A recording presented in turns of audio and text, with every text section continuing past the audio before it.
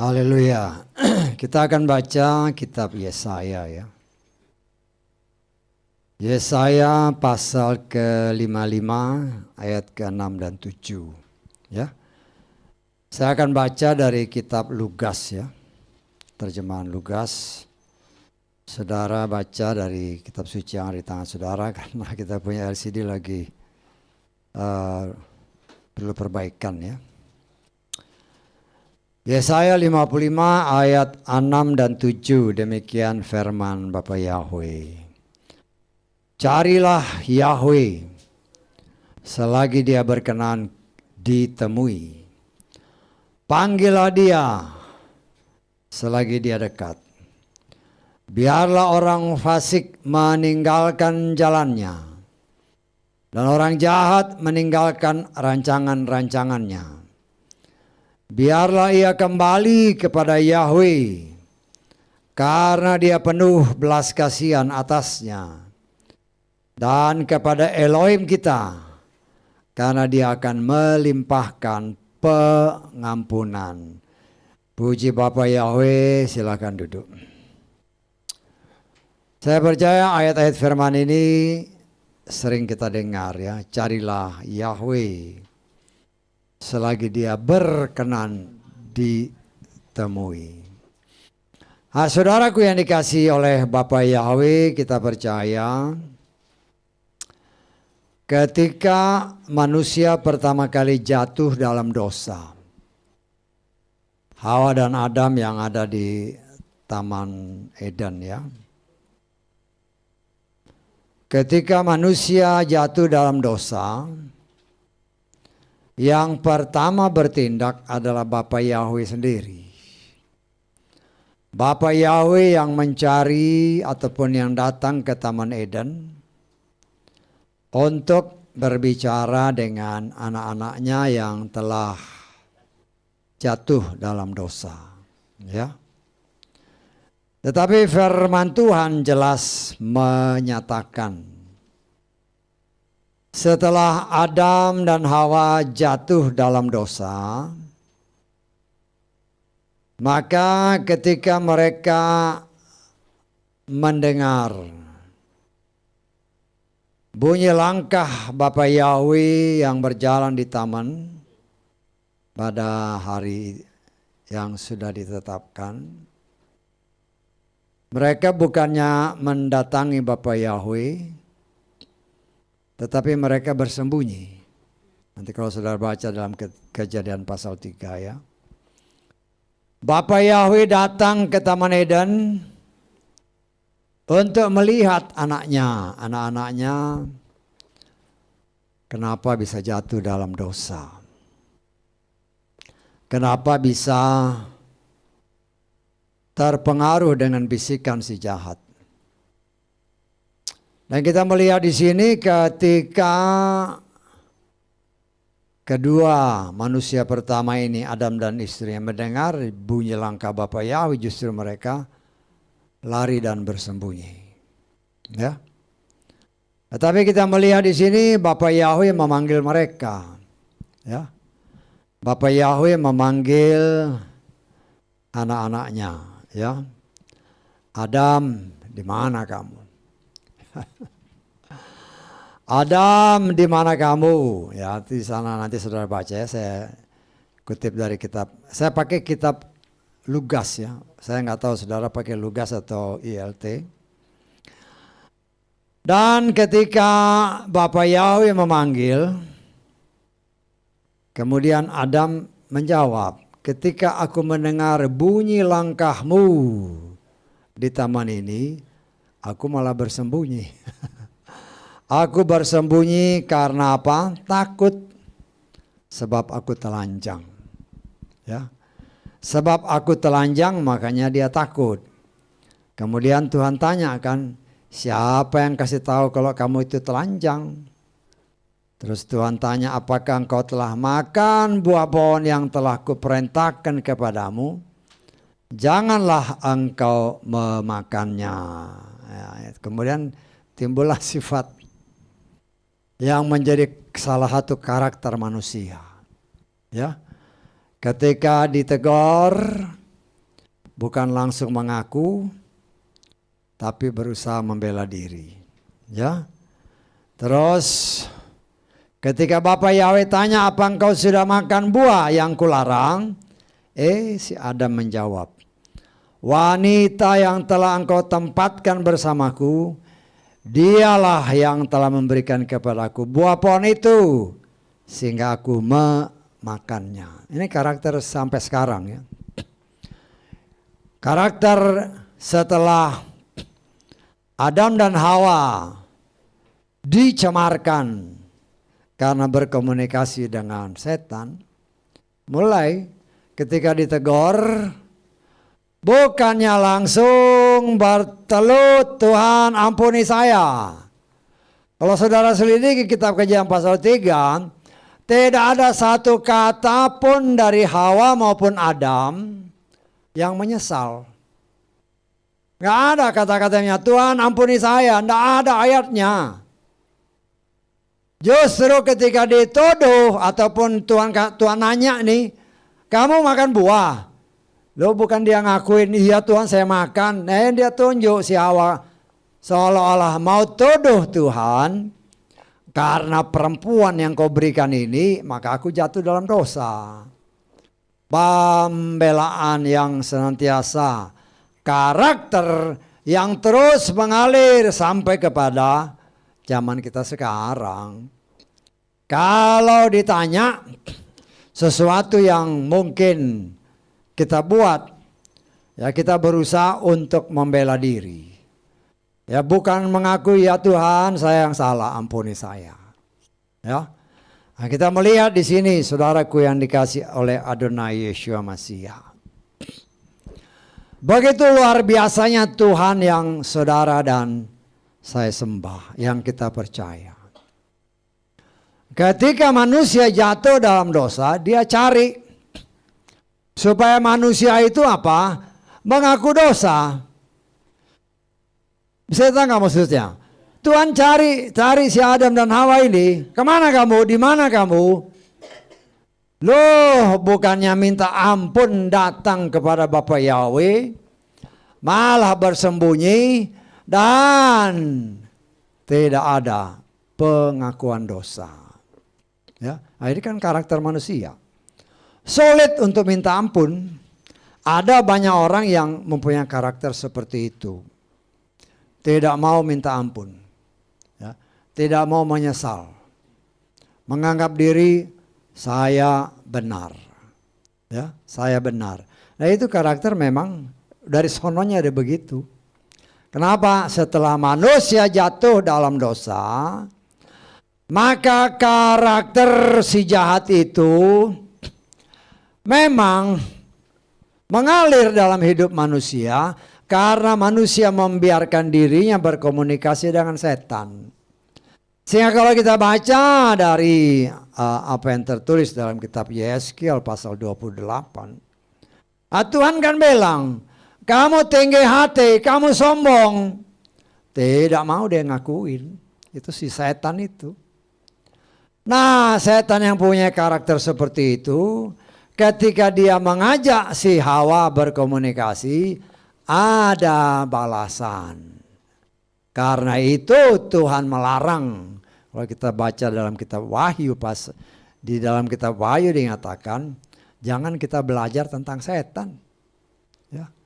Jangan kita belajar tentang setan. Nah, kita harus hati-hati ya dengan setan itu licik. Ya. Setan itu licik dan dia punya berbagai macam cara. Namun kepadamu, kata Wahyu pasal 2 ayat ke-24. Dan kepada orang-orang selebihnya ada di Tiatira, yang tidak berpegang pada ajaran itu dan tidak memperdalam apa yang disebut rahasia setan. Rahasia setan itu jangan diperdalam. Kalau tahu ya udah tahu gitu aja. Jangan sampai kita perdalam, ya. Karena banyak orang juga yang mengartikan berbagai macam cara. Ketika Wahyu pasal 13 ayat ke berapa ini? Ayat ke-18 berkata, inilah hikmat siapa memiliki pengertian. Biarlah yang menghitung bilangan binatang buas itu. Sebab itu adalah bilangan seorang manusia dan bilangannya ialah 666. Kemudian karena kata-kata itu, loh itu seolah-olah perintahnya kita belajar tentang setan. Loh salah mengerti. Kalau kita sudah tahu, ya sudah nggak usah kita pelajari lebih dalam.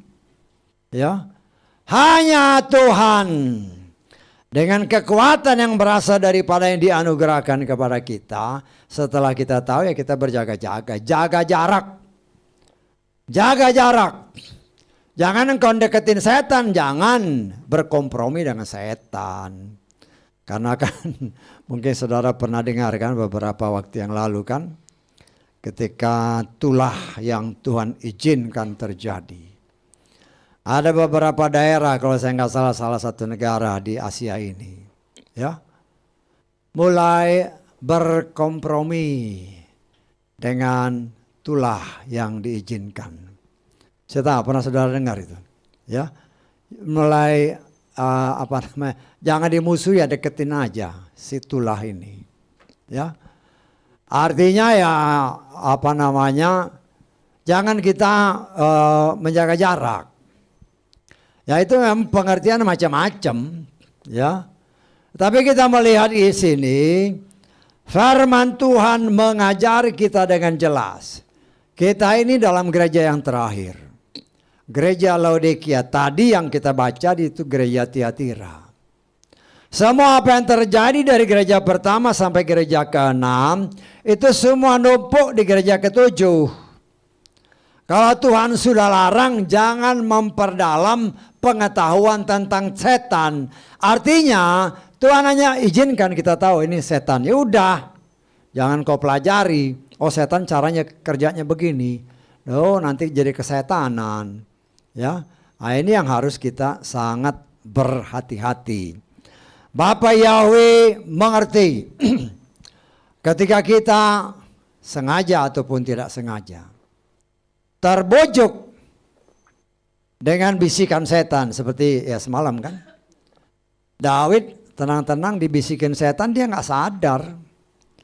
Kenapa dia nggak sadar? Karena itu ketika itu mungkin dia lagi senang-senang. Habis menang perang lawan bangsa Filistin dan bangsa-bangsa yang lain. Dia lagi senang-senang dibisikin sama setan kan. Dia nggak sadar bahwa apa yang dibisikkan sama setan, segala sesuatu yang berasal dari si setan itu jahat dalam pandangan Bapa Yahweh. Jangan kita selidiki. Karena memang saya harus akui banyak namanya mereka pelayan Tuhan. Dia belajar tentang setan. Supaya apa?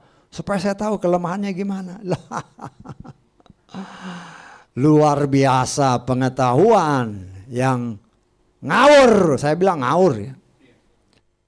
Karena kita bukan harus tahu bagaimana setan kerja. Tapi bagaimana Tuhan bekerja untuk memperlihatkan kepada kita bagaimana menaklukkan si setan. Nggak usah belajar tentang setan. Tapi kalau kita punya kuasa dari Bapa Yahweh, setan itu pasti kalah. Nggak perlu kau tahu bagaimana dia kerja. Nggak perlu tahu. Ya kalau ada pelayan-pelayan Tuhan yang dengar, oh nih saya khusus pelayan untuk setan. Terus kau belajar tentang setan, engkau ditipu oleh setan. Nggak perlu kau belajar tentang setan. Belajar pengetahuan tentang Bapa Yahweh, itu ada tertulis. Ketika kita belajar tentang dia, nah Tuhan yang berperang ganti kita. Tuhan yang kasih jalan. Setan maunya begini, tidak bisa. Sama seperti si Elisa kan. Ketika raja siapa itu, kalau saya nggak salah raja Asyur kan. Setiap dia mau nyerang Israel, di sana sudah ada tentara Israel. Dia ke sini ada tentara. Setiap dia mau masuk, ada tentara Israel yang berjaga-jaga. Nah, timbullah pikiran, siapa ini? Siapa mata-mata sehingga setiap kita mau ke sini kok dia udah tahu. Kok bangsa Israel udah tahu. Lah ada orang yang ngomong karena ada nabi di sana. Ah, nabi ini yang mau ditangkap, nabinya mau ditangkap. Ya, sekian puluh bahkan mungkin ratusan ribu tentara ngepung. Elisa nggak takut. Kenapa? Karena yang ada bersama Elisa jauh lebih kuat dari tentara musuh. Nah, ini yang seringkali kita lupa. Ya, seringkali lupa. Sehingga kita yang seharusnya berjalan menurut jalan Bapa Yahweh, ya ngikutin jalan si setan karena dibisikin sama setan kan. Setan itu berbisik biasanya ketika kita lagi santai. Karena itu Yeshua katakan berjaga-jaga. Ya, ya santai sih santai, tetapi tetap berjaga-jaga. Ya, tetap berjaga-jaga, tetap monitor. Ada kuasa-kuasa yang berasal dari si jahat yang mencoba untuk menyusup. Kita langsung tahu, wah ini bukan dari Bapa Yahweh. Nah, saudaraku yang dikasih oleh Bapa Yahweh.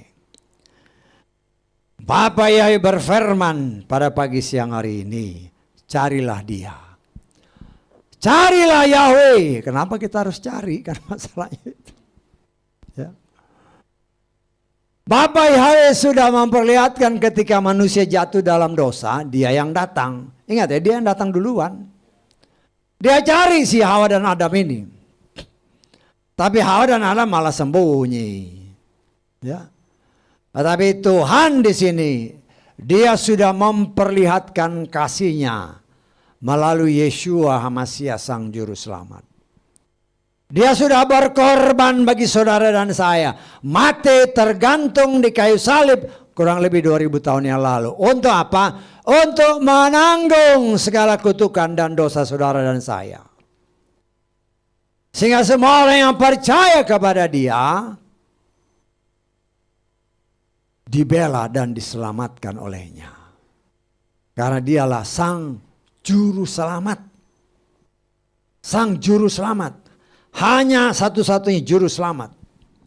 Tidak ada satu kepercayaan apapun yang dipercaya oleh manusia yang berani mengatakan Dia Juru Selamat. Tidak ada.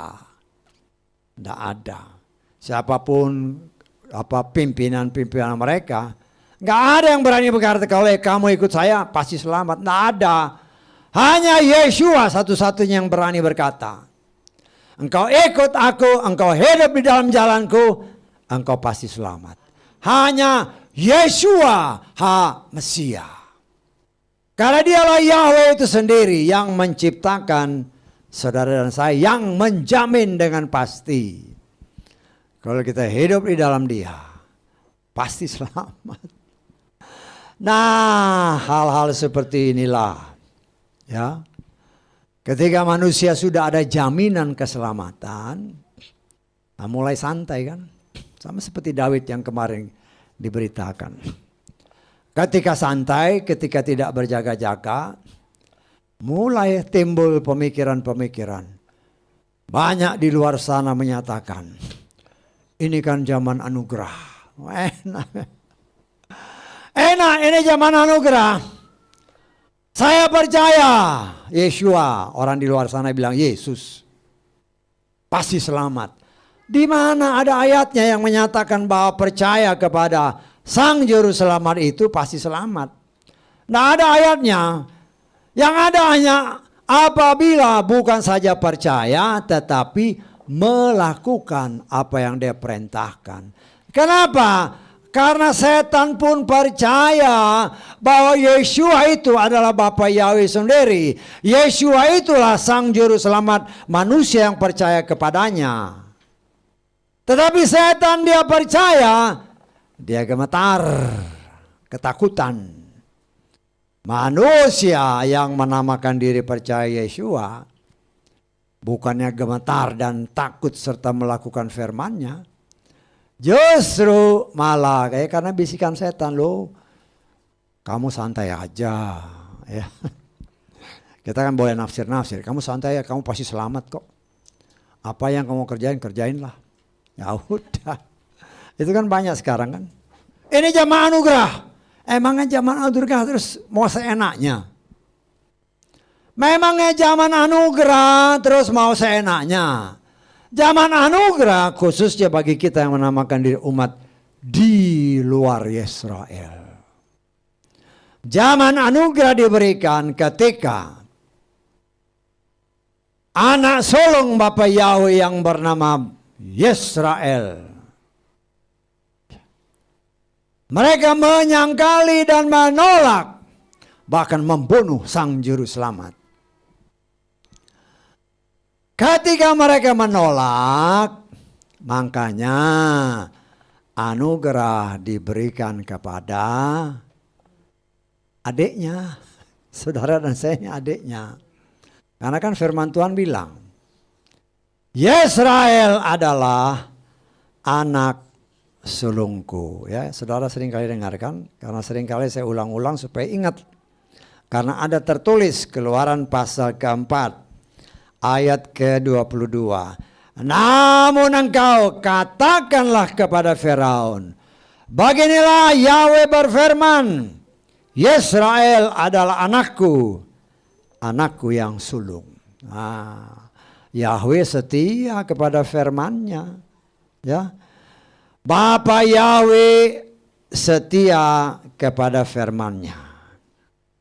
Tetapi manusia karena merasa diri ini masa anugerah, mau seenaknya aja melakukan segala sesuatu, ya menyia-nyiakan masa anugerah. Anak sulung sudah menolak Sang Juru Selamat. Dan karena menolak ada tertulis Rasul Paulus atau Saulus. Dia berkata kepada bangsa Israel, karena engkau menolak, maka aku akan pergi kepada bangsa-bangsa lain. Sesuai firman Tuhan. Dan ini apa? Ini menggenapi apa yang sudah dinubuatkan secara tersamar, yang banyak orang seringkali tidak menyadari karena hanya melihat ceritanya, padahal ini adalah bagian daripada nubuatan. Karena si sulung menolak, maka yang dapat anugerah adalah adiknya. Ya, kita ulangi lagi ya. Di dalam Kejadian pasal ke-48 ya. Di sini kita melihat di dalam Kejadian 48, saya akan bacakan ya. Ayat ke-11 mulai.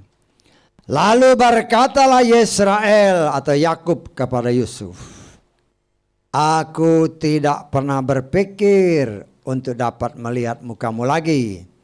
Tetapi Elohim bahkan menunjukkan keturunanmu juga kepadaku. Lalu Yusuf mendorong kedua anaknya ke depan, ke dekat lutut ayahnya. Lalu bersujud dengan mukanya ke tanah. Yusuf menempatkan keduanya seperti ini. Efraim di tangan kanannya, pada sebelah kiri Israel. Ya, saya umpamanya si Yakub, saudara membayangkan diri kepada sebagai Yusuf. Saya tangkap ya. Saya Yakub, saudara Yusuf. Ya. Yusuf, saudara, mendorong keduanya ke depan, dekat kepada bapaknya. Lalu ia bersujud dengan mengatakan, Yusuf menempatkan keduanya seperti ini. Efraim di tangan kanan si Yusuf. Saudara Yusuf kan? Si Efraim ditaruh di tangan kanan. Berarti di tangan kiri saya. Bisa tangkap? Nah, kemudian di tangan kanannya pada sebelah kiri Yesaya. Manasye di tangan kiri saudara, supaya dapat berkat tangan kanan. Saya tangkap ya. Bayangkan kan? Nah, tetapi Yesaya mengulurkan tangan kanannya dan menumpangkannya ke atas kepala Efraim. Meskipun ya di sini Yesaya mengulurkan tangan kanannya, ini tangan kanan saya nih, tangan kanan si Yesrael, menumpangkan tangan kanannya dan menumpangnya kepada kepala Efraim. Tadi Efraim sebelah mana? Sebelah mana saudara? Sebelah sana kan? Ini si Yakub nih, saudara si Yusuf. Menumpangkan tangannya si Yakub ini, tangan kanan ditaruh di tangan kiri di kepala si Efraim. Tangkap ya. Tangan kirinya ditumpangkan ke kepala Manasye. Ini apa? Cross. Selang. What is cross? Cross is salib. Saya tangkap. Karena salib, saya tangkap. Karena menolak Yeshua. Makanya berkat sulung itu bukan datang kepada si Manasye, tetapi kepada Efraim. Inilah nubuatan yang sebenarnya tersembunyi yang banyak orang nggak ngerti. Karena hanya ngelihat hanya silang. Bukan silang itu cross itu salib. Salib itu siapa? Yeshua yang mereka tolak. Sehingga berkat kesulungan itu jatuh kepada Efraim. Berbuah-buah. Efraim itu artinya berbuah-buah. Nah, Tuhan mau saudara dan saya sebagai, ya katakanlah anak bungsu, karena Manasye itu anak yang sulung, harusnya berbuah-buah dalam masa anugerah. Kurang lebih 2000 tahun sejak Yeshua ditolak oleh bangsa Israel sampai sekarang. 2000 tahun diberikan kesempatan kepada orang non-Yisrael. Supaya apa?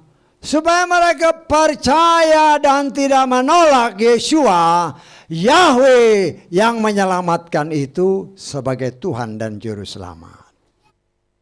Nah, tapi setan kan berbisik karena banyak orang di luar sana ngomong begitu. Ini kan masa anugerah. Yang penting saya percaya dia. Saya pasti selamat. Bukan kau percaya kau selamat. Engkau percaya tapi tidak melakukan firman. Sia-sia. Ya. Nah, inilah pembodohan yang terjadi. Ataupun yang Tuhan izinkan terjadi kepada mereka yang menamakan diri anak-anak Tuhan. Karena apa? Tidak mau menyelidiki dan melakukan firman Tuhan dengan benar. Nah, kita harus sangat berhati-hati. Ya, kita memang diberi ini anugerah ya. Ingat, iman percaya kepada Bapa Yahweh di dalam Adonai Yeshua Mashiach itu anugerah. Tidak semua orang yang bisa menerima nama itu. Dan itu menggenapkan firman Tuhan yang menyatakan, ya, tidak semua orang beroleh iman. Tidak semua orang punya iman. Berdasarkan 2 Tesalonika pasal ketiga, ya. Ini saya baca selalu dari terjemahan Lugas ya. Kalau saudara mungkin baca dari ELT, ya. Lihat aja kalau ada perbedaan, saya bacanya dari Lugas. Karena beberapa kali saya perhatikan Lugas itu kelihatannya terjemahannya lebih baik daripada terjemahan ELT. Walaupun kurun waktunya boleh dikatakan sama. Tapi terjemahannya ya tidak selalu tepat. Artinya ya lebih tepat terjemahan Lugas gitu. 2 Tesalonika pasal 3 ayat kedua. Juga agar kami terlepas dari para pengacau dan orang-orang jahat. Sebab apa? Tidak semua orang memiliki iman. Ya. Tidak semua orang punya iman. Walaupun nama ini didengungkan ke seluruh pelosok muka bumi. Walaupun nama ini diberitakan di tengah yang meramalkan diri umat Tuhan. Oh, siapa Yahweh itu? Saya nggak kenal. Itu berhala itu. Wah, mulai dikarang-karang kan. Karena setan kan bisa itu nama berhala itu. Yang kau sembah itu sekarang udah benar. Ya. Lah. Ya. Nama itu dalam nama yang banyak orang Nasrani di Indonesia khususnya memanggilnya, itu tidak ada nama Yahweh di situ. Saya berulang kali menyatakan kepada kita semua, khususnya yang ada di dalam gedung ini dan anak-anak Tuhan yang mengikuti ibadah melalui saluran yang Tuhan berikan kepada kita, ya. Di dalam nama yang populer sekarang di luar sana yang menamakan diri umat Kristen, itu nggak ada nama Yahweh di situ, nggak ada, ya. Sedangkan setan itu sangat takut dengan nama Yahweh, sangat takut dia dengan nama itu, sehingga ketika dia Tuhan izinkan untuk mencobai si Hawa dan Adam, khususnya Hawa, karena dia berkomunikasi dengan Hawa. Dia nggak berani nyebut nama itu. Yang selalu dia bilang Elohim, Elohim, Elohim. Nggak berani dia menyebut nama yang kudus. Karena ada tertulis, jangan kau sebut nama itu dengan sembarangan. Wah, setan takut. Setan takut dengan nama itu. Dan setan tahu di dalam nama yang sekarang banyak populer di tengah umat yang menamakan diri orang Kristen, di situ tidak ada nama Yahweh, makanya dia nggak takut. Dia terus rangsang, ini nama yang benar, ini seluruh dunia manggil nama ini. Tetapi ingat, firman Tuhan berkata, ya, di dalam nama yang sekarang populer di tengah umat Kristen, di situ tidak ada nama Bapa, tidak ada. Ya, nah kita yang dianugerahi iman, karena tadi kan Tesalonika tadi katakan, tidak semua orang punya iman. Tidak semua orang punya iman percaya kepada Bapa Yahweh dalam Adonai Yeshua Masiah. Karena itu kita juga jangan paksa-paksa. Kalau kita wajib memberitakan. Mereka nggak terima, ya itu urusan dia. Yang penting saudara dan saya menggenapkan apa yang dikatakan dalam kitab Yeskiel pasal 3 ayat 18, ngomong. Kalau kita nggak pernah ngomong, dia mati. Hati-hati. Tapi kalau kita sudah ngomong, dia nggak terima, yaitu urusan dia dengan Tuhan. Saya tanggap ya. Itulah gunanya kita yang percaya kepada dia. Dan kita menerima nama yang benar. Di dalam nama Yahweh ada keselamatan. Di dalam nama Juru Selamat kita, Yeshua berkata, Aku datang dalam nama Bapakku. Kata Yohanes pasal 5 ayat 43. Tetapi kamu tidak menerima aku. Jika orang lain datang dalam namanya sendiri, justru kamu menerimanya. Kelihatannya ayat ini simpel. Tapi kalau kita baca baik-baik, aku datang dalam nama Bapakku. Lalu kita lihat, siapa nama Bapaknya? Nama Bapaknya adalah Yahweh. Ya, Yahweh namanya. Loh, kok enak aja? Loh, bangsa Israel ini kan diakui sama Bapak Yahweh, ini anakku. Dan Yeshua itu secara garis manusia keturunan Yehuda, keturunan bangsa Israel. Dan bangsa Israel tahu siapa nama bapaknya. Karena itu ketika kita selidiki nama ini, Yeshua.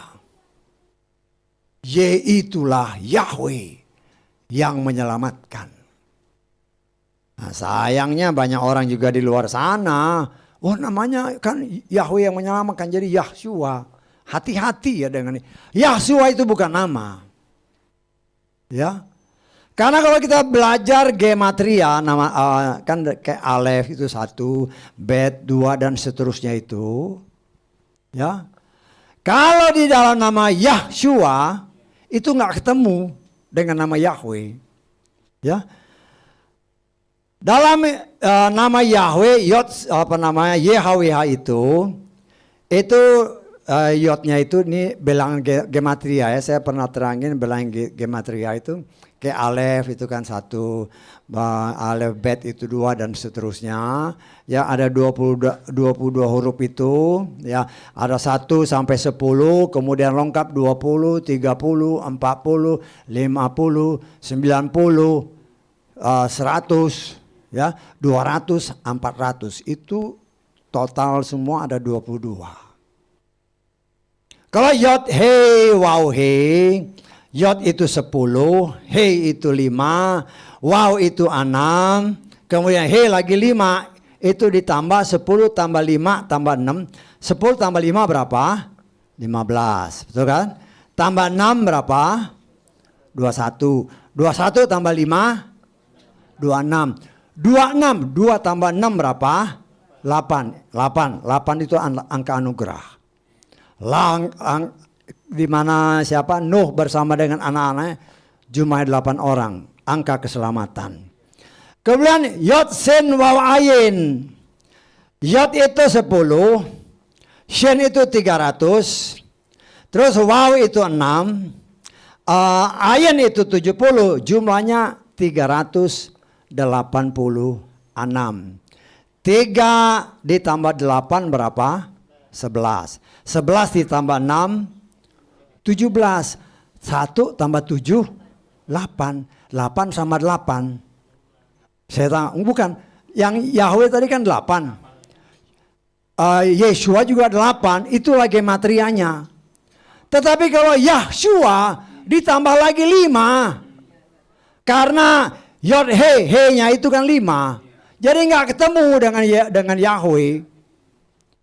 Tetapi begitu mudahnya orang, oh benar, dulu kita juga seperti itu. Dulu kita bilang Yahshua. Tetapi setelah Tuhan singkapkan, Tuhan bukakan oleh kasih kemurahan Tuhan, ya kita harus berani merubah. Memang itu bukan bahasa kita. Ya robah. Tuhan buka, memang namanya Yeshua. Karena di dalam nama Yeshua, Ye itu memang Yahweh, Shua itu menyelamatkan. Tetapi bukan berarti namanya Yahshua, salah. Salah. Ya. Dan kalau di dalam kitab-kitab terjemahan bahasa Inggris umpamanya, dia memang tidak tulis Yeshua gitu. Dia tulisnya Yod gini, Yod terus Sua. Jadi nggak dibilang ada tulis Yeshua gitu, Yod Sua. Jadi Yahweh Shua. Nggak ada ditulisnya Yahshua gitu, nggak ada. Karena kalau Yahshua nilai gematrianya itu nggak sama dengan nama Yahweh. Kalau bilangannya gematrianya sama, boleh kita bilang itu sama. Di sini kita belajar semakin hari, kita mencari Yahweh. Kita mencari Dia dengan segala kebenarannya saat sesuai firman Tuhan, selagi Dia berkenan. Inilah bagi umat non-Yisrael. Setelah bangsa Yisrael sendiri menolak Sang Juru Selamat 2000 tahun yang lalu sampai sekarang. Inilah masa anugerah bagi kita. Ya, tapi kan banyak orang percaya Yahweh. Tapi kalau Yeshua, sama aja kok. Ya, sama. Orang sana kan banyak orang yang bilang, sama aja sama Yesus. Coba cari di dalam nama Yesus ada nama Yahweh enggak? Dan nama Yesus itu dalam bahasa Ibrani tidak ada artinya. Tidak ada artinya. Nah, kita sebagai pelayan Tuhan harus berani aja, walaupun mereka mungkin enak aja. Itu kan tafsiran mulu, bukan tafsiran. Memang itu nyata begitu. Ya. Kita harus berani menyatakan, ya mungkin anggapan orang lain itu yang penting urusan saya lah, bukan urusanmu. Ya nggak apa-apa. Yang penting kita sebagai umat Tuhan berani menyatakan sesuai firman Tuhan ini yang benar. Mereka menolak, no problem. Kenapa? Tuhan aja juga, kan Dia sudah beritakan, aku juru selamat. Mereka menolak, yang gak jadi masalah. Hanya nanti ketika datang waktunya. Ketika datang kesudahannya, engkau teriak-teriak, jangan harap didengar. Ya. Jangan harap didengar. Ya. Dan firman Tuhan menyatakan, Amsal ke-1 ayat 24 mulai. Amsal 1 mulai ayat 24. Sebab aku telah memanggil, namun dan kamu menolak. Aku telah mengulurkan tangan dan tidak ada yang menyambutnya. Bahkan kamu telah mengabaikan semua nasihatku dan tidak ingin dan tidak menginginkan teguranku. Maka perhatikan ayat ini baik-baik. Aku pun akan menertawakan malapetakamu. Aku akan menolok-olok ketika kamu ketakutan. Ketika ketakutan datang seperti badai dan malapetaka melanda seperti puting beliung. Ketika kesulitan dan penderitaan menimpa kamu, pada waktu itu mereka akan berseru kepadaku, tetapi aku tidak menjawab. Mereka akan sungguh-sungguh mencari aku, tetapi mereka tidak akan menemukan aku. Sebab apa? Mereka membenci pengetahuan dan tidak takut dan tidak memilih takut akan Yahweh. Ini sudah diingatkan. Artinya, kalau kita berbicara percaya kepada Bapa Yahweh, percaya dengan sungguh-sungguh dan cari Dia. Siapa ini Yahweh? Ya, siapa ini Yahweh? Ketika saudara dan saya mencari Dia dengan sungguh-sungguh, ada tertulis, ya. Firman Tuhan berkata di dalam Amsal pasal 8 ayat 17. Amsal 8 ayat 17, firman Tuhan berkata, berdasarkan terjemahan Lukas, aku mengasihi mereka yang mengasihi aku, dan mereka yang mencari aku akan segera mendapatkan aku. Nah, kita akan mencari pengetahuan tentang Yahweh dengan benar. Jadi jangan hanya mengenal Dia, mengenal begitu aja. Kita mencari siapa sih Tuhan kita, siapa sih Bapak kita, siapa sih juru selamat kita. Kenallah Dia dengan benar, mengertilah Dia dengan benar. Jangan hanya asal ngomong, yang penting saya percaya saya selamat. Engkau sudah ketipu sama setan. Nah, Tuhan berfirman kan tadi dalam ayat-ayat Amsal 1 tadi. Dia memanggil, Dia berseru, ayo kenal aku, kenal. Miliki pengetahuan yang benar akan Bapa Yahweh. Tapi kan banyak orang, apalagi anak-anak muda kan, aku masih muda. Masih muda, masih panjang. Begitu keluar 5 menit, tahu-tahu lewat. Ya. Siapa yang bisa menduga bahwa waktu kalau seseorang dipanggil Tuhan, gak ada yang bisa duga. Karena itu Yeshua berkata-kata, berjaga-jaga artinya bukan berjaga jam-jam tertentu, berjaga-jaga setiap saat. Sehingga ketika Tuhan memanggil, Bapa Yahweh, aku siap. Nah, itu kan enak. Ya, itu enak. Tetapi karena orang banyak mendengar ini zaman anugerah, banyak dilontarkan oleh mereka yang menamakan diri pelayan-pelayan Tuhan.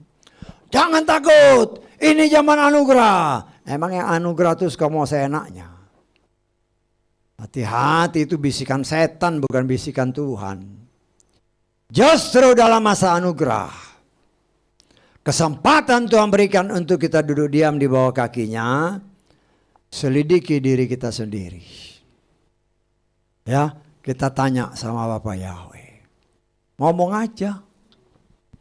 Walaupun mungkin seolah-olah kita ngomong sama angin ya. Enggak. Kita ngomong sama Dia. Walaupun Dia, ya kecuali kalau Dia izinkan, Dia colikan mata kita. Seperti ada saya percaya satu kejadian yang benar ya. Tapi saya baca cerita itu. Ada seorang yang sakit di rumah sakit. Ya. Kemudian datanglah ya pelayan Tuhan untuk melayani orang yang sakit. Ya. Ya dilayani, akhirnya yang sakit bertanya, ya. Gimana Pak saya supaya ngomong sama Tuhan? Saya kepengen ngomong sama Tuhan. Ya. Akhirnya dikasih tahu, ya ngomong aja. Ya. Nanti kau akan merasakan jamahan Tuhan. Ya. Akan merasakan jamahan Tuhan. Walaupun mungkin kau tidak lihat. Ya mungkin ketika kau ngomong sama dia, mungkin sebenarnya kau ada di bawah telapak kakinya atau dalam pelukannya. Ya, nah itu kan masuk ke dalam jiwa si sakit ini. Ya setelah selesai pulanglah si pelayan ini kan. Saya yakin ini cerita benar ya. Cuma karena saya baca cerita saya nggak perhatikan. Ya. Kemudian beberapa jam kemudian ada berita dari keluarga si sakit, Pak. Orang yang Bapak layani sudah meninggal di rumah sakit. Terus ya datanglah si pelayan Tuhan ini kan. Bagaimana dia meninggalnya? Ya. Posisinya aneh, Pak. Loh aneh gimana? Dia kayaknya seperti memeluk sesuatu. Jadi posisinya nggak begini, dia seolah-olah rebah. Kalau ada umpamanya saudara bayangkan, kayak tersungkur gitu, kayak menyembah sesuatu. Di situ si pelayan Tuhan ingat, oh iya, tadi kan saya ngomong. Kamu ngomong, kamu merasakan hadirat Tuhan. Mungkin ketika kau ngomong, kau merasakan bahwa kau ada di pelukan Tuhan. Setan kamu maksud saya. Dan ini kita melihat iman seseorang dia lakukan, dan saya percaya orang seperti ini dia mungkin pada saat itu matanya tercelik ya, sehingga dia seolah dia memeluk Tuhannya yang dia percaya. Demikian juga kehidupan saudara dan saya. Mungkin kita juga sering kali bertanya, gimana sih cara nyari-nyari Tuhan? Carilah Tuhan, kata firman Tuhan, selagi dia berkenan ditemui. Kapan dia berkenannya? Nah seringkali orang kan bertanya, kapan dia berkenannya? Bagi saudara dan saya, khususnya kita yang menamakan diri orang di luar Yesrael, ada tertulis. Dalam 2 Korintus pasal ke-6. Ayat kedua dinyatakan begini, 2 Korintus pasal 6 ayat 2. Sebab dia berfirman, pada saat aku berkenan, aku telah mendengarkan engkau. Dan pada hari keselamatan, aku telah menolong engkau. Lihatlah, sekaranglah saat aku berkenan.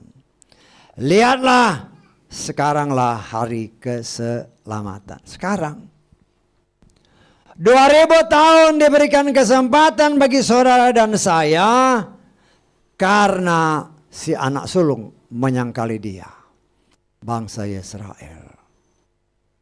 Tetapi akan datang waktunya, ada tertulis. Ketika si Saulus ataupun Polos, ketika dia diutus oleh Bapak Yahweh, ya bersama dengan salah seorang muridnya yang bernama Timotius. Ketika sebagaimana tertulis dalam Kisah Rasul pasal 16 ayat ke-6 berdasarkan terjemahan Lukas. Ketika mereka, Paulus sama Timotius ini ya, ketika mereka melintasi Frigia dan wilayah Galatia, ternyata mereka dicegah oleh Roh Kudus untuk memberitakan firman di Asia. Ya, karena itu ketika hampir tiba di Misia dan mereka mencoba masuk ke Bitinia. Roh Kudus tidak mengizinkan mereka. Jadi ketika dari Yerusalem mereka mau menuju ke Asia, Roh Kudus bilang, jangan. Ya karena nggak boleh ke Asia, ya akhirnya dia belok kan ke Eropa. Tahu nggak? Dia beritakan firman-firman di sana. Apa yang Tuhan kehendaki. Karena itu jangan heran apabila orang-orang di Eropa terlebih dahulu mendapatkan berkat-berkat dari Bapa Yahweh.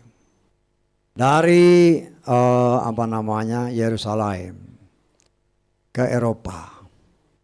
Dia keliling tuh ke Asia, ke Indonesia. Ya, kita merasakan di Indonesia. Tahun 1960 sampai 2000-an berapa? Ratusan bahkan ribuan persekutuan doa ada di Jakarta. Setiap hari ada persekutuan.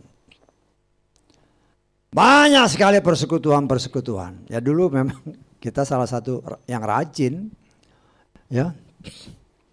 Dari Sawangan sana kan, ini kebanyakan di Jakarta. Kemana-mana aja jalan. Pergi pulangnya malam. Besoknya pergi lagi pulangnya malam. Roh Kudus bekerja luar biasa.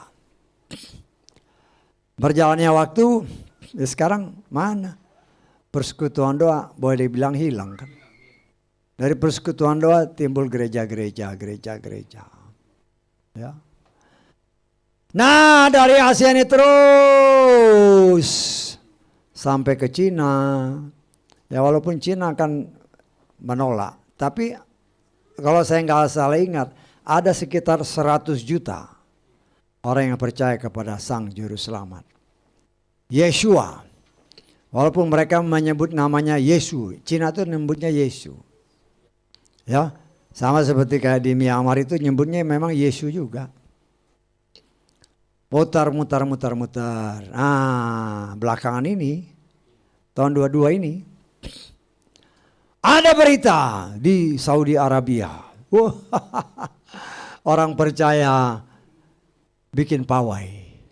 Yang dahulu impossible to happen. Tidak mungkin terjadi. Tetapi kalau Roh Kudus sudah bekerja, siapa yang bisa menghalangi? Tuhan punya rencana tidak mungkin bisa digagalkan oleh siapapun manusia yang punya kuasa bagaimanapun. Tuhan pelintir sedikit hatinya udah. Ya di negara-negara Jazirah Arab sekarang kan bahkan dibangun gereja. Yang puluhan tahun yang lalu tidak mungkin terjadi. Tetapi kalau Tuhan sudah bekerja, siapa yang bisa menghalangi? Bahkan di Indonesia beberapa waktu yang lalu kan, orang dengan kepercayaan lain, tiba-tiba bukan 1-2 orang, puluhan, ratusan, bahkan ribuan, mengakui Yeshua, walaupun mungkin masih pakai nama Yesus. Yeshua sebagai Tuhan dan Juru Selamat. Karena akan datang waktunya mereka dicelikan lagi. Ternyata orang Israel nggak panggil Yesus tuh. Nah itu kan nanti kan cara Tuhan. Cara Tuhan. Kalau saudara perhatikan tadi kesaksian kan. Itu kan cara Tuhan. Anak Tuhan tidak, ya mungkin dia nggak berharap kan ya. Memang si Becky kan pernah cerita. Dia kalau Sabtu Minggu itu kerja, ya praktek kerja lapangan kan. Tapi kan cara Tuhan dia aja sama pentolannya, chefnya itu. Nanya kan, kamu orang Kristen, kamu orang Nasrani, iya. Oke, nanti saya robah jadwal sesuai kesaksian kan. Lah itu siapa punya kerja? Kalau bukan Bapak Yahweh yang menjamah dia nggak sadar Tuhan yang jamah. Karena dia melihat dalam hati anak ini ada satu kerinduan, saya pengen ibadah. Tetapi ya dia kan punya keterbatasan. Saudara dan saya tidak mampu, tetapi Tuhan yang saudara dan saya sembah, Dia mampu melakukan apapun yang mustahil, dianggap mustahil bagi manusia. Tidak ada yang mustahil bagi Dia. Karena itu berkali-kali saya senantiasa mengingatkan, minta aja. Masalah itu dikabulkan apa enggak, loh kita kan enggak tahu isi hati Bapa. Bapak hanya melihat ini anakku merendahkan diri, merendahkan hati, dia kabulin. Orang yang menyembah berhala seperti si Ahab, suaminya Isabel, raja Israel, penyembah berhala. Tetapi ketika dia mendengar akan berita dari Tuhan melalui nabinya, si Elia, dia gemetar, dia merendahkan diri. Itu penyembah berhala. Walaupun Raja Israel. Tuhan lihat. Tuhan kabulkan. Apalagi saudara dan saya. Kita bukan penyembah berhala. Hanya masalahnya seringkali menjadi. Itu kan firman. Yesus kan sudah bilang minta. Gak mau minta. Karena minta, maka akan dikasih. Lu gak pernah minta. Apa yang ada dalam hatimu? Ya minta Tuhan. Ya, rendahkan diri. Rendahkan hati. Bersujud. Minta tolong. Minta ampun. Contoh si Maria. Ya. Jangan kayak Marta. Minta aja enggak. Karena salah pengertian. Meminta ya minta aja Tuhan. Kalau engkau ada di sini. Oh saudaraku tidak mati. Doanya sama. Antara Marta dan Maria kalau saudara pelajari kata-katanya. Doanya sama. Dengan cara yang berbeda. Mendapatkan jawaban yang berbeda. Bahkan Marta itu sama sekali nggak dijawab. Tapi kita melihat ketika Maria dia nggak minta dulu. Dia menyembah dulu, dia merendahkan diri dulu. Ya mungkin kalau kita lihat dia menangis, sedih. Kenapa Tuhanku tidak ada ketika si Lazarus mau mati. Dia percaya kalau Yesus ada waktu itu, Lazarus pasti nggak akan mati. Tetapi kita melihat di sini, kita belajar dari apa yang tertulis. Yesus bilang Matius 7, minta. Maka akan diberi. Tapi kalau minta tahu caranya. Jangan minta dengan cara yang kurang ajar. Ya kita sebagai orang tua kalau anak minta dengan cara yang kurang ajar. Jadi diamin aja. Ya apalagi ibu-ibu kan. Kalau anaknya minta udah ngerayu-rayu dulu. Udah runtuh lah hatinya. Ya betul gak ibu-ibu kan. Kalau anaknya ini udah. Walaupun anaknya bandel. Ya, tapi kalau dia merengek, dia ngerayu mamanya, runtuhlah hati si mama. Lah itu kenyataan, apalagi Tuhan yang menciptakan saudara dan saya. Memang kita berdosa. Tapi apabila kita duduk di bawah kakinya, kita menangis, kita minta ampun, kita minta tolong. Dia itu bukan manusia. Yahweh bukan manusia. Kalau seorang ibu yang melahirkan anaknya mempunyai cinta kasih yang dalam, walaupun anaknya mungkin dalam pandangan mata seorang manusia ini anak nakal, tetapi ketika anak ini merengek dengan rayuan-rayuan yang membuat hati mamanya runtuh, itu aja dikabulkan, apalagi Tuhan kita yang sanggup melakukan apapun. Kalau memang dia berkenan. Nah kita kan. Tapi itulah manusia. Gak mau minta. Kadang minta ya kurang ajar mintanya. Ya kita harus belajar. Rendahkan diri. Minta. Tuhan, kalau Engkau berkenan. Nah, itu aja sudah menyentuh hati Tuhan. Kalau Engkau berkenan, aku minta ini. Tapi ya kita harus berani tanggung resikonya kan. Kau bilang berkenan kan. Ya aku bilang gak boleh. Ya harus kita terima. Loh kenapa? Tuhan punya rancanganku, kata firman Tuhan. Bukan rancanganmu. Rancanganku adalah rancangan untuk memberikan damai, sejahtera, dan sukacita. Ketika kita minta sesuatu kepada Bapa Yahweh, Dia sudah tahu. Kalau aku kasih ini, itu baik gak bagi anakku? Kalau saudara dan saya punya anak-anak, ya masih mungkin kecil-kecil kan? Ya apalagi anak-anak perempuan kan? Ma pinjam pisaunya, aku mau main ini. Oh apalagi pisau tajam. Gak bakal dikasih sama mamanya. Kenapa? Walaupun anaknya nangis-nangis. Kenapa? Karena dia tahu itu bisa bahaya buat dia. Demikian juga Bapak kita. Kalau aku kasih ini, ada resikonya. Ya, banyak orang kan. Waktu belum berhasil dalam hidup, terus giat beribadah. Giat melakukan apa yang Tuhan mau. Ya akhirnya ya Tuhan berkatilah hidupnya. Tapi setelah berhasil lupa Tuhan. Contohnya banyak firman Tuhan. Saul berkata kepada Samuel. Ketika Samuel berkata bahwa dia ditetapkan sebagai pemimpin bagi bangsa Israel. Saul kan lihat kata-katanya seolah-olah rendah hati. Siapa aku ini? Aku dari suku yang paling kecil, dia kan suku Benyamin. Suku anak yang paling kecil. Dan di sukuku pun keluargaku yang paling rendah. Artinya di antara suku Benyamin dia tuh dalam pandangannya dia itu paling rendah. Tetapi ada tertulis kalau Tuhan mau mengangkat, siapa yang bisa menahan? Tidak ada. Nah diangkatlah si Saul. Diurapilah jadi raja.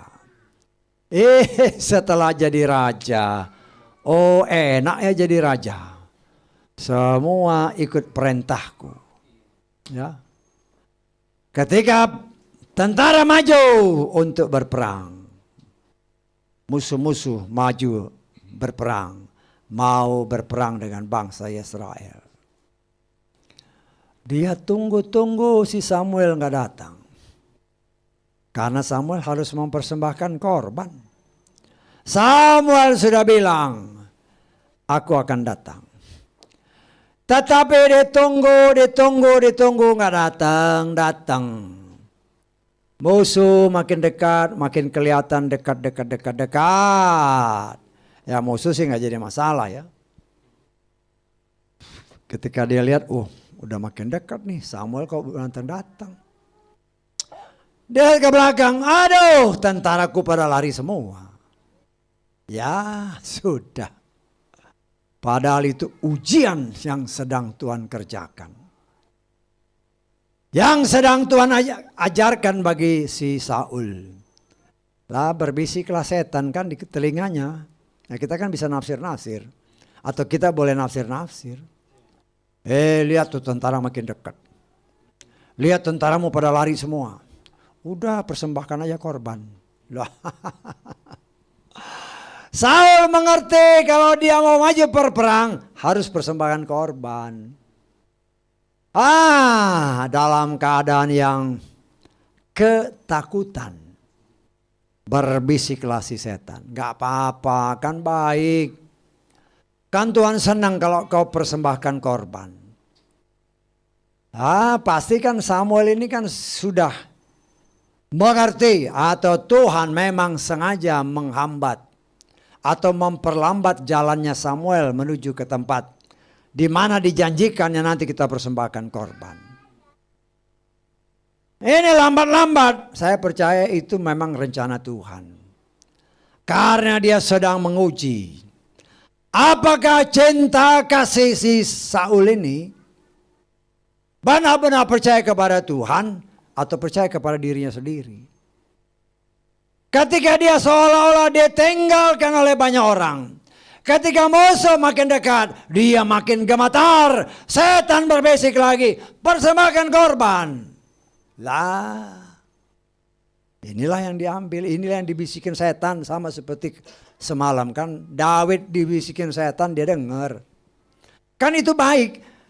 Memang dalam pandangan sepintas itu baik. Ayo persembahkan korban. Kan kamu harus persembahkan korban terus. Kan baik. Dia tidak mau ingat atau tidak mau tahu bahwa apa yang dibisikkan si setan itu melanggar firman. Karena dia bukan seorang imam. Nah, ambillah sikap. Dia korbankan. Dia bakar korban. Habis bakar korban itu, si Samuel datang. Wah, gimana ini? Oh, bela diri lagi kan? Kamu sih lambat-lambat. Nah, kita tafsirkan begitulah. Kamu sih lambat-lambat, itu musuh makin dekat. Ini anak-anak semua pada lari ketakutan. Mungkin itu bisa terjadi dalam hidup kita. Dalam arti kata, tanpa disadari oleh Saul, bagi Bapa Yahweh, berapa juta pun musuh di depanmu, berapa juta pun orang yang mengasihi engkau ataupun dalam tanda kutip mengasihi engkau, meninggalkan engkau. Tetapi selama kita setia kepada Bapa Yahweh, Dia tidak akan pernah meninggalkan anak-anak yang setia kepadanya. Dan Dia sanggup untuk menolong kita di luar nalar kemampuan kita berpikir. Dia sanggup karena Dia yang punya. Di dalam hampir setiap peperangan bangsa Israel dengan musuh-musuhnya, senantiasa tertulis yang dibunuh oleh tentara Israel dibandingkan dengan kekuatan Bapa Yahweh yang menolong dalam peperangan Israel, itu lebih banyak yang dibunuh oleh cara Tuhan, dengan batu-batu yang dilemparkan, dengan cara Tuhan mungkin dia belah tanah. Itu lebih banyak dari yang dibunuh oleh bangsa tentara Israel. Artinya Tuhan mau kasih lihat, ya, Tuhan mau kasih bahwa Dia sanggup menolong dengan cara yang di luar nalar manusia. Karena itu Dia mau saudara dan saya mencari Dia. Waktu-waktu yang Dia masih berkenan kita menemui Dia. Saat ini seperti yang tadi dikatakan, Roh Kudus saya percaya sudah masuk ke daerah Jazirah Arab. Tinggal one more step, satu langkah lagi kembali ke Israel. Saudara perhatikan gak itu? Selangkah lagi masuk ke tanah Israel. Dari Israel harus kembali ke Israel. Dari Israel dia putar Eropa terus. Sekarang sudah di Jazirah Arab. One more step, satu langkah lagi. Maka dia akan kembali ke tanah perjanjian. Ketika itu, waktu perkenanan itu sudah ditutup bagi orang non-Yisrael. Karena waktu itulah waktu untuk bangsa pilihannya. Nah, sekarang ini kesempatan kita untuk mengenal Tuhan dengan benar. Siapa namanya? Siapa juru selamat yang dianugerahkannya kepada kita? Ada tertulis, ini yang mungkin setiap hari saudara lihat tapi saudara tidak renungkan, tidak meditasi apa. Akulah Yahweh, tidak ada juru selamat selain aku. Lalu itu Yeshua siapa? Yeshua itulah Yahweh Shua. Yahweh yang menyelamatkan. Jadi sama, dari namanya pun nilai gematrianya sama-sama 8. Masa 8 itu berbicara tentang 8 orang yang selamat, anak-anak Nuh dan anak-anaknya. Anugerah keselamatan yang Tuhan berikan. Nah, banyak orang yang ya macam-macam. Karena ada orang pernah ada orang yang menyatakan begini, Pak, saya panggil Yeshua atau Yahshua itu tergantung tempatnya. Enak kan? Kalau di tempat sini pakai Yeshua, ya saya pakai Yeshua. Tapi di tempat lain pakai Yahshua, saya pakai Yahshua. Lah, jadi bunglon. Di mana kau ditempatkan, di situlah jadimu. Tuhan bilang munafik. Ya kita jelas-jelas aja ya. Munafik itu namanya orang fasik. Ada tertulis, biarlah orang fasik meninggalkan jalannya. Orang yang jahat meninggalkan rancangannya. Biar ia kembali kepada Yahweh. Tuhan yang benar. Tuhan, karena dia penuh belas kasihan. Kepada Elohim kita, dia akan melimpahkan pengampunan. Ada mungkin pelayan-pelayan Tuhan yang punya karakter seperti saya bilang tadi, bertobat kau. Ya, jangan munafik di hadapan Tuhan. Kan sama, artinya sama. Artinya sama. Yahshua, Yahweh Shua, tapi itu bukan nama. Namanya adalah Yeshua, itu jelas. Itu nama Ibrani. Nah, kalau kau ngotot ya puter aja lagu-lagu Ibrani. Orang sana, orang-orang Ibrani itu nyanyinya Yeshua atau Yahshua atau Yesus. Kalau dia pakai bahasa Ibrani. Tapi kalau dia pakai bahasa Inggris ya pakai Jesus, sama aja. Kenapa? Akan datang waktunya. Itu jangan dilupakan itu. Kalau mereka saat ini masih panggil bukan Yahweh tetapi Adonai ataupun Hashem, akan ada waktunya. Waktu inilah ketika Roh Kudus melangkah dari Jazirah Arab masuk ke tanah Israel, tinggal selangkah lagi baru dia menggenapkan apa yang tertulis. Aku berikan roh yang baru, jiwa yang baru. Aku menulis Torahku dalam hati sanubari mereka. Matanya celik, oh Tuhanku namanya Yahweh. Juru selamatku namanya Yeshua. Tetapi ketika Ruach Kudus sudah kembali kepada bangsa pilihan Tuhan, sudah habis waktu perkenanan yang Tuhan berikan kepada bangsa di luar Israel. Terlambat sudah. Ada lagu kan? Terlambat sudah. Terlambat sudah. Hanya bisa meneteskan air mata. Ya. Ya mungkin saat itu kita langsung raib ya. Ya kita kan hanya bisa menafsir-nafsir. Gerejanya diraibkan. Karena berdasarkan apa yang pernah saya singkap sedikit tafsirkan, hanya penafsiran ya. Bangsa Israel, ketika mereka dalam kesusahan besar, saat itulah mereka ingat Tuhannya. Seringkali terjadi kan? Contoh ketika mereka diperbudak di Mesir. Bangsa ini berseru-seru memanggil nama Tuhannya. Nah, belas kasihan Bapa kepada anak sulungnya. Itulah Bapak kita, seperti contoh tadi kan. Si ibu lihat biar tadinya anaknya ini nakal, anak-anaknya merengek, merayu-rayu ya.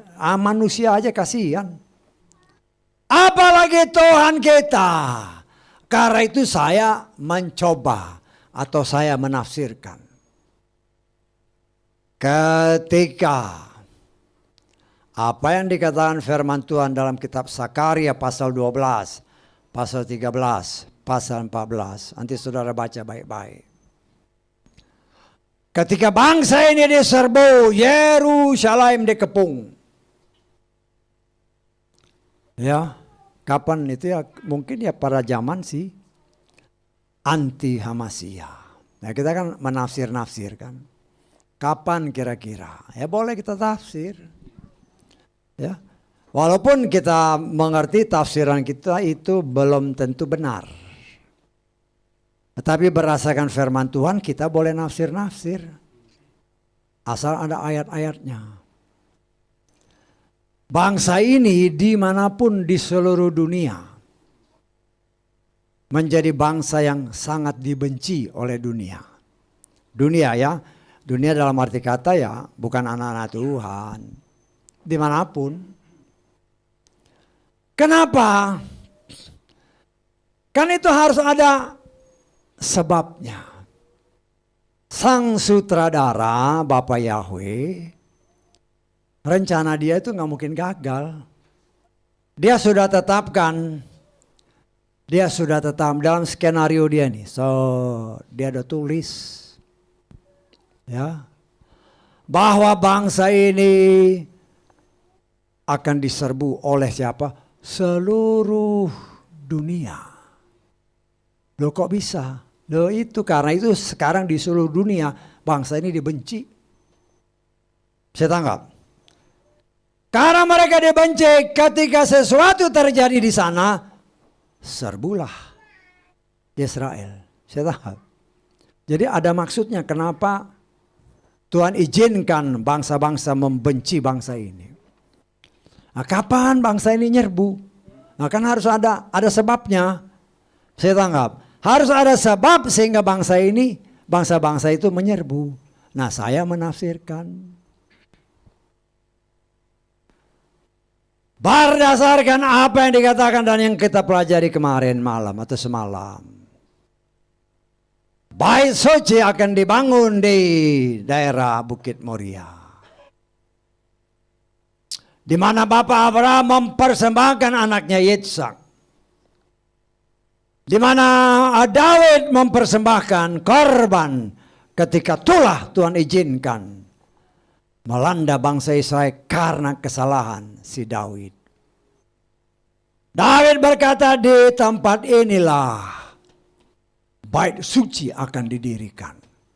Sehingga sebagaimana tertulis, Salomo berkata, tempat ini di Bukit Moria, dia membangun bait suci. Dan bait inilah yang dipercaya. Yang dipercaya. Kita sebagai orang-orang yang non-Yisrael mengimani ataupun percaya. Sebagaimana umumnya orang Yisrael, walaupun itu sangat rahasia. Di tempat di mana dibangunnya bait suci pada zaman Salomo. Sekarang ini di atas kan karena itu kan diruntuhkan semua. Yesua kan bilang akan diruntuhkan, tidak lagi batu-batu, diruntuhkan rata. Tapi fondasinya masih ada. Saya tanggap. Di atas fondasi yang samalah harus dibangun bait suci. Tetapi sayangnya ditafsirkan bahwa di tempat di mana bait suci itu pernah didirikan, sekarang berdirilah satu tempat ibadah orang lain yang menurut mereka salah satu tempat kudusnya. Saya tanggap. Nah, di sini kita melihat, ya, sutradara sudah ngatur sedemikian rupa. Bagaimana supaya bangsa ini diserbu? Karena kan dia sudah memberikan siapa? Para nabi-nabi bernubuat, Yeskiel dan semuanya bernubuat. Ya. Pasti ada hikmat yang keluar dari para pemimpin bangsa Yahudi. Ingat ya, bangsa Yahudi sampai sekarang kan setelah dia menyangkali Yesua, hampir tidak pernah terdengar ada nabi. Saya tanggap. Tapi di kalangan internal mereka percaya ada rabi-rabi yang luar biasa, yang mereka anggap ini orang-orang sadik, orang-orang benar, orang-orang yang diutus oleh Bapa Yahweh, yang walaupun tidak terekspos ke dunia luar, tetapi mereka percaya ini ada orang-orang sadik. Ya, berdasarkan apa literatur yang pernah saya baca, mereka menganggap dalam satu era itu bisa, kalau saya nggak salah ingat, sekitar 30-an orang sadik yang memang Tuhan siapkan tetap hadir di tengah bangsa Israel. Untuk apa? Supaya mereka jangan lupa Tuhannya. Ya. Supaya walaupun mungkin yang percaya sedikit, tetapi ada firman yang terus dinyatakan. Termasuk nubuatan-nubuatan. Nah, kita melihat di sini. Nah, mereka kan pasti tanya-tanya, itu yang mau bikin bait suci kan nanya-nanya. Sama ahli sejarah, sama orang-orang ahli kitab, di mana tempatnya. Nah, mereka menyelidiki dan berdasarkan penyelidikan mereka yang bisa kita tangkap saat ini. Di sana ada tempat ibadah orang lain. Tapi bait suci itu harus berdiri. Nah, kalau bait suci ini berdiri, maka dia harus, yang ada di atasnya harus diratakan lagi. Saya tangkap. Ketika ini diratakan, dunia marah. Bisa ditangkap. Ketika dunia marah, oh, dia yang menamakan diri. Belum, ya mungkin belum terlihat, dia itulah 666. Serbu Yerusalem, menggenapkan apa yang tertulis. Yerusalem dikepung, diserbu oleh seluruh dunia. Saudara bayangkan. Bahkan tertulis 200 juta tentara masuk sana. Bayangin kalau 200 juta tentara, lu Israel yang cuma sepotong begitu, penuh lah. Ya.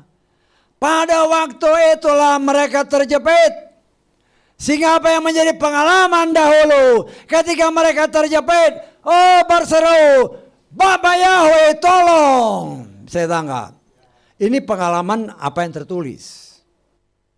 Ketika umatnya yang anak sulungnya ini berseru, Tuhan kirimkan Elia dan Moshe. Kalau dia kirim Yeshua dia nggak percaya. Saya tangkap. Kalau dia kirim Yeshua dia nggak percaya. Tapi dia kirim nabi besar yang sangat mereka percaya.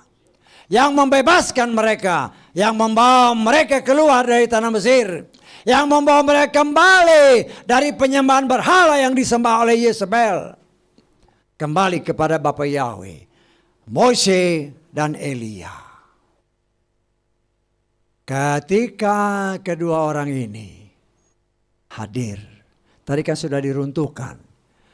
Ada tertulis, aku akan bangun dalam 3 hari.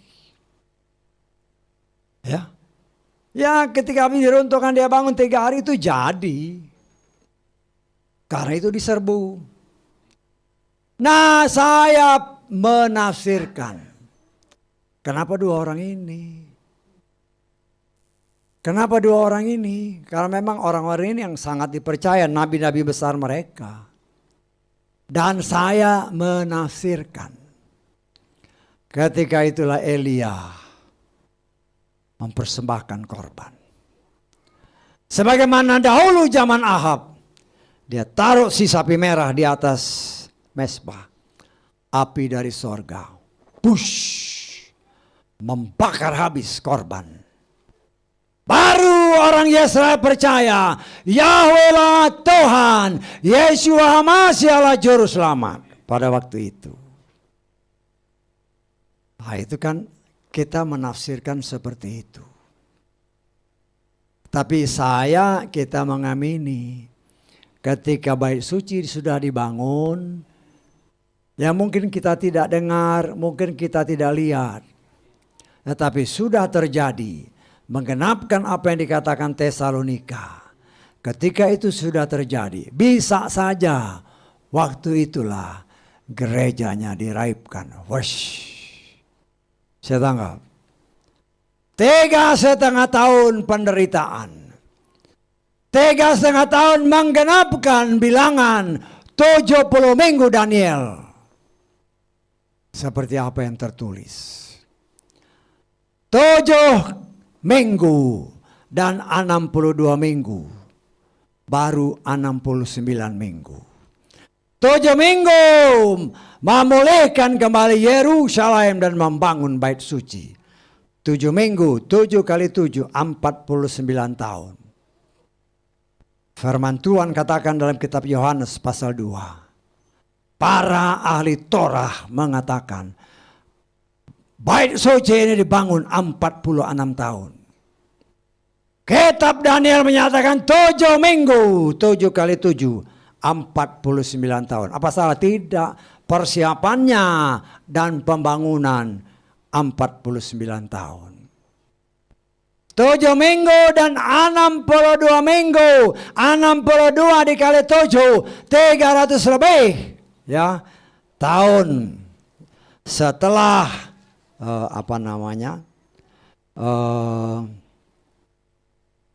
firman itu dikatakan. 62 minggu, 62 dikali 7. Ya, sekitar 434 tahun. 434 ditambah 49. Ketika itulah Yeshua memulai pelayanannya. 7 hari yang terakhir. 1 pekan yang terakhir. Kan tadi 7 minggu ditambah 62 minggu baru 69 pekan. 69 minggu ada tertulis 70 minggu ditetapkan bagi bangsamu. Dan 1 pekan yang terakhir, pertengahan pekan, korban dihentikan. Setengah pekan, 3,5 hari, 3,5 tahun, Yeshua memberitakan firman. Tapi ditolak, disalibkan, dibunuh.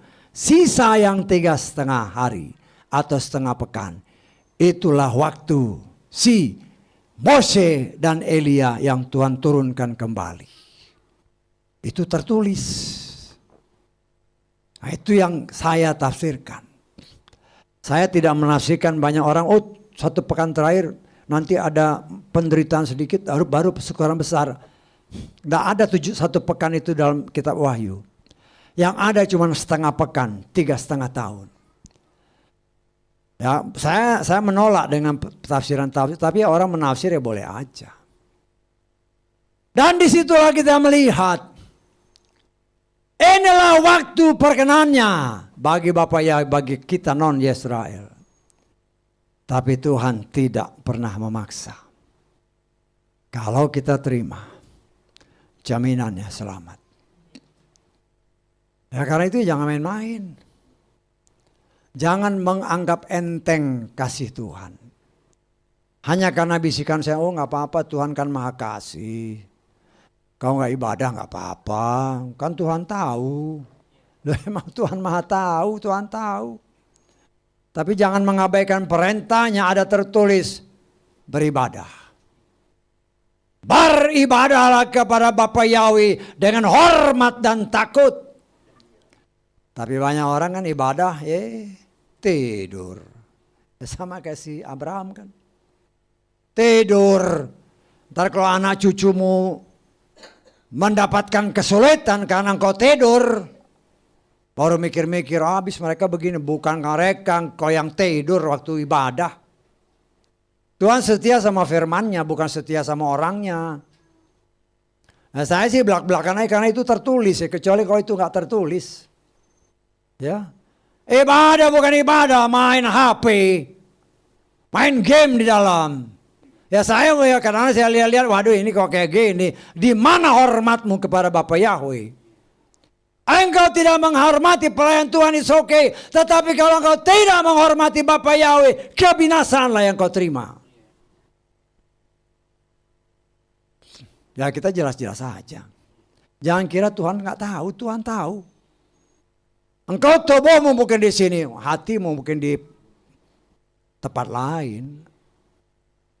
Ada tertulis, dimanapun kita berada untuk Tuhan, Serahkan seutuh tubuh, roh dan jiwa kita kepada Dia. Jangan pikiran kita ngelantur ke sana kemari. Terus habis dari gereja kemana ya? Kan bisa gereja kemana? Oh nanti kesini. Jalan ya boleh, karena memang hari perhentian, hari Sabat ya. Ya salah satunya supaya kita bisa ketemu keluarga. Tapi waktu ibadah ya ibadah dulu. Jangan kau punya rancangan begini ya sudah. Artinya apa? Engkau tidak menghormati Tuhan. Kita tidak menghormati Tuhan sangat bahaya. Karena itu di situ dikatakan carilah Yahweh dengan segala kebenarannya. Ya kita carilah. Ya cari. Kita tahu kita berdosa. Tetapi Tuhan justru karena kita berdosa dia cari si Adam dan Hawa itu karena dia berdosa. Tapi ketika anugerah sudah diberikan, Bapa Yahweh sendiri turun, ya sekarang giliran kita cari Dia. Karena Dia yang menjamin keselamatan, jangan main-main. Ya, jangan main-main. Karena kan banyak seringkali orang baru ingat Tuhan ketika dia diizinkan Tuhan nggak bisa ngapa-ngapain lagi. Udah rebah. Ya baru situ ngomong ya terserah Tuhan lah. Ya terserah Tuhan. Bertobat. Kalau engkau sudah nggak bisa bergerak ya minta ampun sama Tuhan. Akui dia bahwa dia adalah Tuhan dan Juru Selamat kita. Banyak kan orang setelah di ICU. Nah sering kali kita kan datang juga ke orang-orang yang ya mungkin sudah nggak bisa komunikasi. Tapi seringkali telinganya bisa dengar. Ketika firman diberitakan, dia nggak bisa ngomong, tapi air matanya keluar. Air matanya keluar. Ya mungkin ada penyesalan, ya hanya Tuhan yang tahu, kita nggak tahu. Tetapi kewajiban kita untuk memberitakan, ayat Amsal Sabtu tadi kan bilang, ketika engkau dipanggil, engkau nggak mau, tapi ketika kecelakaan terjadi dalam hidupmu, engkau pada saat itu berseru pada Tuhan. Jangan harap Tuhan dengar. Artinya kita sebagai umat Tuhan, kita bisa aja mengalami hal seperti itu. Tuhan izinkan kita sakit ya. Kalau memang Tuhan izinkan terjadi, biarlah kita dalam keadaan lemah. Koreksi diri. Tuhan, apa salahku? Ya mungkin nggak dengar kan. Ya Tuhan tahu, cuman kan Tuhan maunya ngaku. Kan kadang-kadang kita ngomong Tuhan, apa salahku? Loh, ngaku aja. Tuhan saya bikin ini ya ngaku.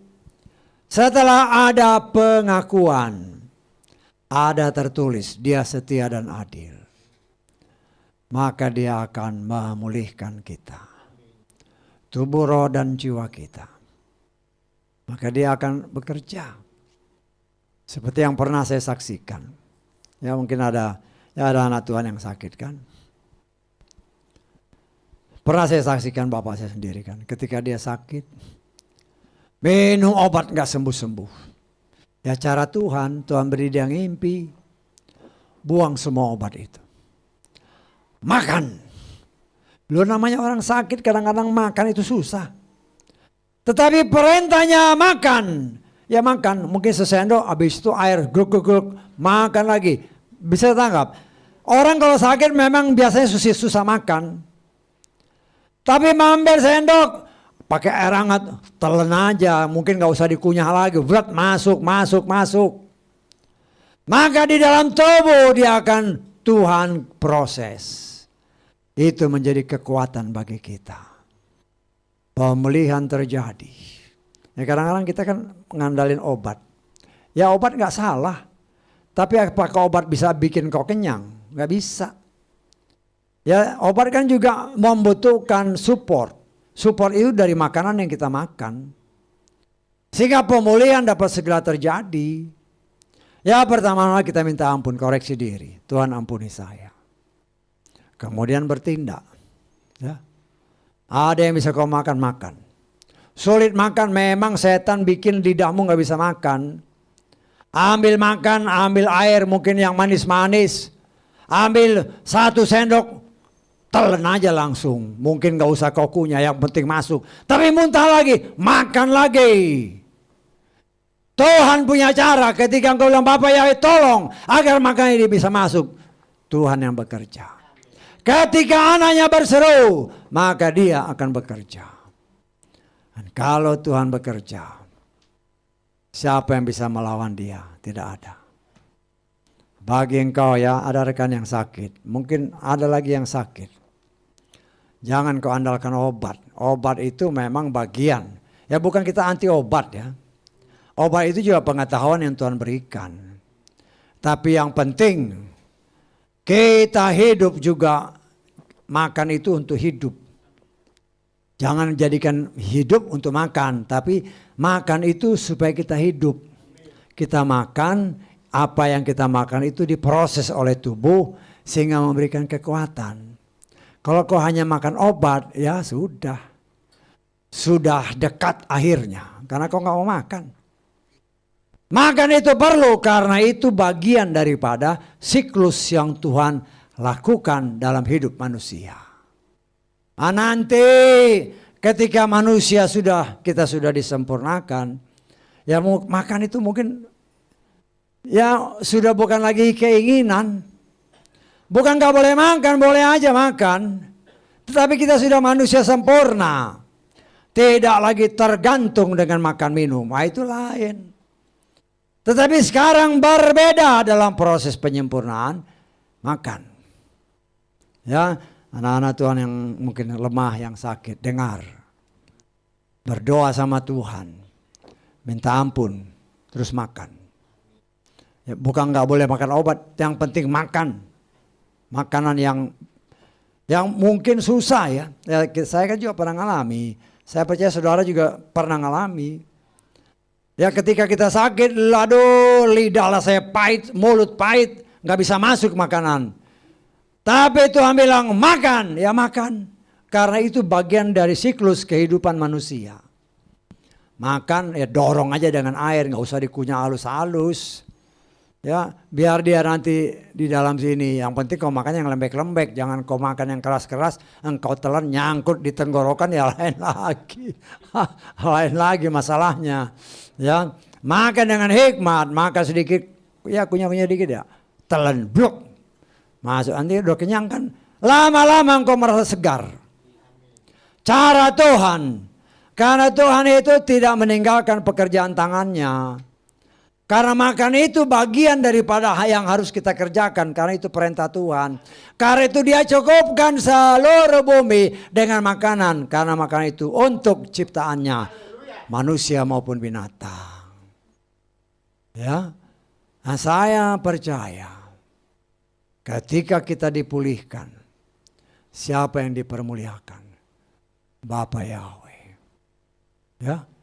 Nah, ketika kan firman tadi bilang. Ya, orang fasik tinggalkan jalan. Ungodly, orang yang tidak mau berjalan sesuai kehendak Tuhan, tinggalkan keinginanmu. Ya, orang fasik pun ketika mereka sakit, dia ingat Tuhan loh. Ingat Tuhan, kenapa? Takut mati. Takut mati.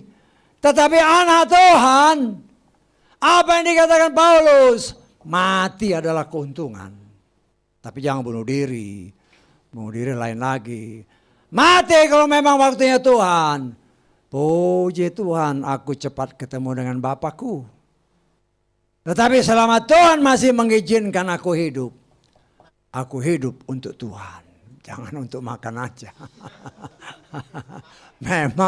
memang makan itu untuk hidup. Tapi jangan makan terus. Di sini kita melihat ya.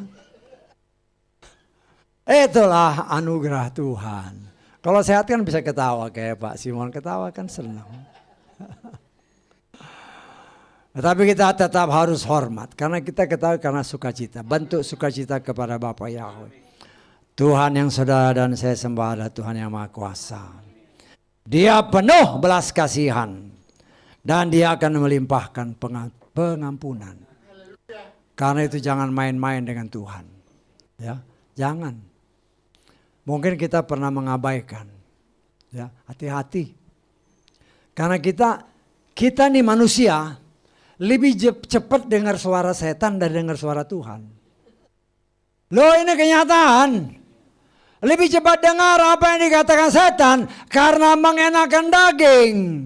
Tetapi ketika dengar suara Tuhan, ada tertulis matikan dagingmu, bertolak belakang. Nah, tinggal kita yang memilih kan, pilih yang mana. Kita punya dua pilihan. Pilih jalan yang sempit tetapi menuju kepada keselamatan. Atau pilih jalan yang lebar, di ujungnya menuju kepada maut. Silakan pilih. Tapi kita sebagai umat Tuhan berbicara sama Bapak Yahweh, tolong agar aku berjalan tetap di dalam jalan-Mu dengan taat dan setia. Karena kita percaya, kita nggak tahu ya. Kadang-kadang yang kita jalani ini benar apa enggak? Ya tanya sama Bapak Yahweh. Tanya sama Bapak Yahweh. Ini saya jalanin tapi kok sukar terus. Kenapa? Tanya Bapak Yahweh. Karena kesukaran itu kadang Tuhan izinkan terjadi untuk apa? Untuk menguji kita. Supaya kita tetap berserah kepada Dia. Kalau jalanmu mulus, kalau jalan manusia mulus, seringkali dia lupa Tuhan. Nah, itu umum. Tetapi kita kalau jalan dalam masalah, ya kita tidak mengharapkan masalah. Tetapi Tuhan izinkan masalah supaya apa? Supaya kita mengandalkan Bapa Yahweh. Ketika kita mengandalkan Dia, permasalahan apapun Dia akan selesaikan. Jadi ingatlah, Bapa Yahweh yang saudara dan saya sembah adalah Bapa Yahweh yang Maha Kuasa, yang sangat mengasihi kita. Karena itu sebagaimana yang dikatakan firman Tuhan, mari dalam segala situasi dan kondisi kita dalam keadaan terjepit sekalipun cari Tuhan. Karena Dia senantiasa siap mengulurkan tangan.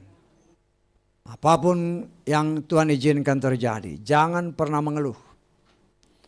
Karena orang yang bersungut-sungut akan dibinasakan Tuhan. Tetapi ketika kita mengucap syukur, Dia celikan mata kita. Genaplah apa yang dikatakan. Sesungguhnya Dia sudah menyiapkan jalan. Sesungguhnya Dia sudah menyiapkan bala bantuan. Karena itu belajar melakukan firman Tuhan. Sehingga hidup kita penuh dengan sukacita surgawi.